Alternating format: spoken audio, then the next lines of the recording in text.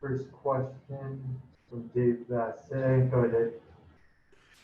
Dave, we didn't talk to you after the suspensions came down. So what was your reaction and how did you feel about the fact that you're being held accountable for holding back 25 players on your bench? I think that, this is an unprecedented, number, for a pitcher. So I know that Joe's in the process of appealing, which I completely agree with. I understand. As far as me getting suspended, that's part of it. When a player gets fined for that reason or suspended for that reason. So I understand the process. I do think that I try to, have peace and keep it from escalating, but that's, part of my job to try to, keep guys in the dugout, which I think both managers, we could have done a better job. Next question is from Alana Rizzo. Go ahead, Alana. Dave, overall, though, were you surprised at the severity of the suspensions for Joe Kelly? I was, and I think that, extrapolating over the course of 162, and I think it was 22 games for a relief pitcher, that's just, for me, too aggressive. So I'm hopeful, we're hopeful that it gets, shortened through an arbiter. So we'll see, but right now Joe's available tonight, and there's a lot of guys that are upset about the severity of it. Speaking of just the game itself, I mean, I would imagine pleased with the outcome. Best revenge is winning the series. It was, and I think how we won the series, we didn't swing the bats particularly well, but the innings that our bullpen gave us, Scott Alexander hadn't pitched in quite some time as far as consistently, let alone a leverage spot. Dennis Santana, he was really good, and some guys going back to back. So there was a lot of good things, and really proud of our guys. Dave, do you have a starter yet or more information for Friday, tomorrow? Yeah, so right now the plan is to have Tony Gonsolin make that start. So we brought him into town, and that's kind of our plan right now. Does that mean Kirsch perhaps goes Monday, or do you switch Buehler and Kirsch? That's what we could do. We haven't finally decided upon that. Okay, and then who has to leave in Tony's absence? We haven't, well, we don't need to make that move right now. Okay. So yeah, we haven't, it's kind of contingent on what happens today. Right. Okay, thank you. Appreciate it. Next question is from Dave Vassay. Go ahead, Dave. Dave, going back to the suspensions, you were teammates with Chris Young and our friends. Did you have a discussion with him about the length of Kelly's suspension, and do you feel like you'll have any influence in the appeal?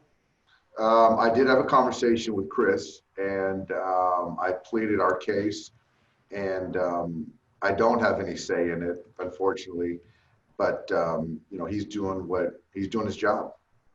What was his explanation over why the suspension was as long as it was?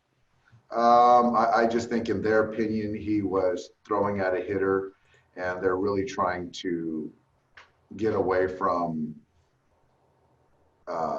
balls going at players, where no one admitted that he did it on purpose. It got away.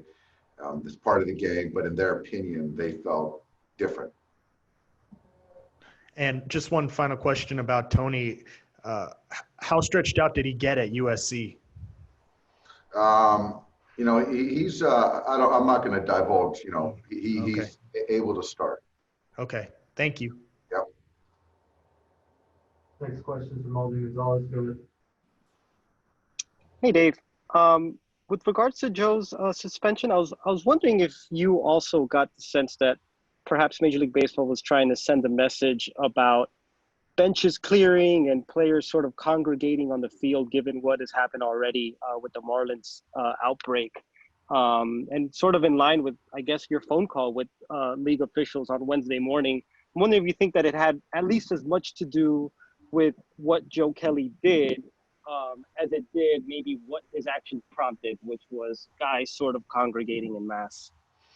I think it's it's a combo, mixed bag of things that led to that harsh of a suspension. Obviously, given what transpired this winter, the history between the two clubs, then you bring in the pandemic and social distancing and trying to, and then also, the beanballing last year in the National League. I think that became a big issue, and benches clearing. So all that kind of stuff led to the fact of Major League Baseball trying to deter this. And also with Tony Gonsolin, he drove here, right? He drove to Phoenix. We drove him out here, yes. So I was curious. You mentioned that yesterday about how if you were calling somebody up from that alternate site, that he would be driving to Phoenix. What would have happened if you guys were playing under the East Coast under these circumstances? Good question. Fortunately, it would have been a taxi person, but obviously, the kind of the landscape that we're dealing with this year, and it wasn't going to be. So if it were, we would have to have made certain other arrangements. Yeah. So just to be clear, if the person can't drive to where you are, you have to designate somebody from your taxi squad to make that start? Well, that's an individual, that's a team decision. And we're choosing for our players' family that you're going to be potentially in contact with not to fly commercial. So that's the Dodgers' decision. I don't think it's mandated by Major League Baseball. Oh, got it. Okay, thanks, Dave. Yep.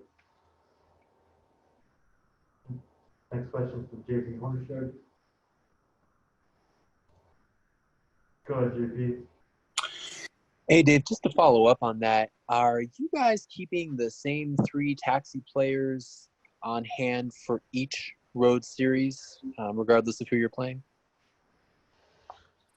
Not necessarily. That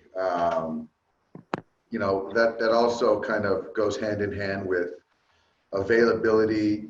We've been stressed a lot the last couple of days with pitching, having short starts.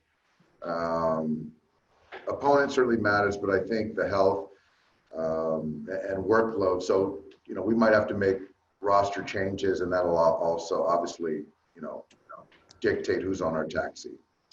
It's kind of in conjunction with what Alden just asked. Is there any tension there between the idea of having the right 3 guys on that taxi squad for the team that you're playing and the situation that you're in, and not wanting to have guys travel more than they need to?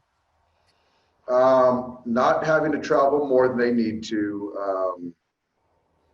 certainly a priority.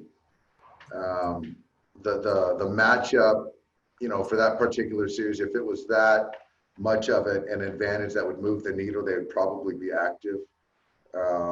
This is just more of a safety net, the 3 taxi players. Thanks, Dave. Yep. Another question from the line. Go ahead, line. Dave, sorry about this. Just an update on Alex Wood, if you have one. You know what? I don't right now. I can get one, and I'll have one post-camp. Okay, thank you, Dave. You got it. Question from Jack Harris. Go ahead, Jack. Hey, Dave, where did you watch the game last night from? I was on the suite level, right behind the Astros dugout. And then, seeing your guys' first experience with an extra inning game under these new rules, what were your impressions, and how did you guys set up with Bob, how you would manage those situations? Yeah, on the road, it's just you're not really trying to play for one in the top half of the inning, and I don't think we did a very good job at all in those innings, but fortunately Eddie bailed us out. Thank you. Yep. A question from Ken Gurnick. Go ahead, Ken. Go ahead, Ken. Dave, did Kershaw have his bullpen session, or is he still scheduled to today? He's scheduled today. It probably should go down in about an hour. Okay, and are any of your left-handed hitters sitting out of your lineup today? Jock Peterson, Mac Beatty, and Eddie Rios are not playing. Thank you. Corey's going to DH. Chris Taylor plays short. Thank you. Yep. Got a question from Eric Steven. Go ahead, Eric. Dave, a little bit more about last night, all the extra innings. Just in general, what are your thoughts on, or like, I guess, does that situation invite more of a time to sacrifice, or is that just not, much a part of the game anymore? No, there's a lot of different components. I think that to play for one run on the road to sacrifice doesn't make a whole lot of sense in my opinion. And then you have to layer in who's hitting. And 2 of those innings, we had Corey Seager leading off, so I don't expect him to bunt. And the other inning, we had Eddie Rios. So I think that, the game's not played in a vacuum, and I think that you have to look a little bit deeper.